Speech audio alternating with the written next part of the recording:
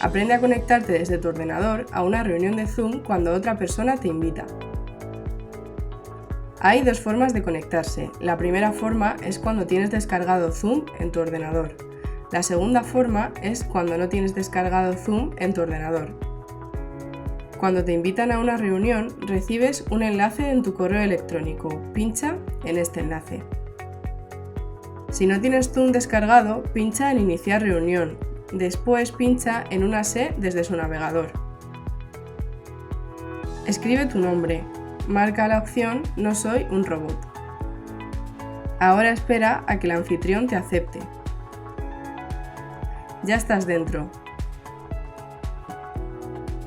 Puede ser que ya tengas Zoom descargado en tu ordenador.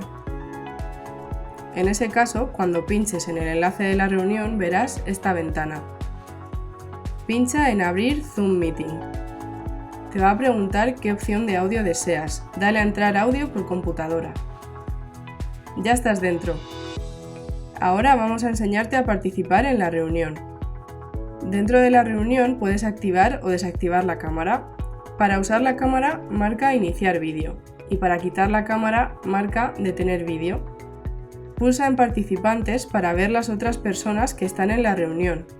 También puedes escribir haciendo clic en la opción de chat. El chat es útil cuando alguna persona no escucha bien la reunión o para compartir algún enlace.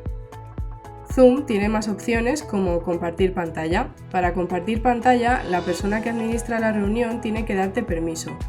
Pincha en Compartir pantalla. Ves muchas opciones. Pincha donde pone pantalla. Las personas que están en la reunión verán lo que hay en tu pantalla.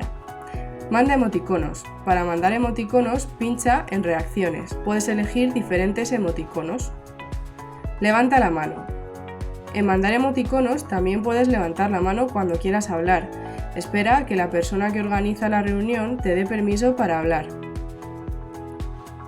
Escribe en el chat.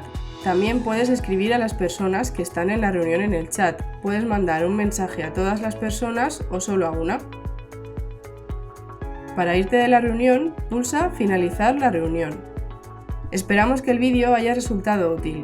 Puedes consultar más vídeos sobre aplicaciones accesibles en las redes sociales de Fadenga.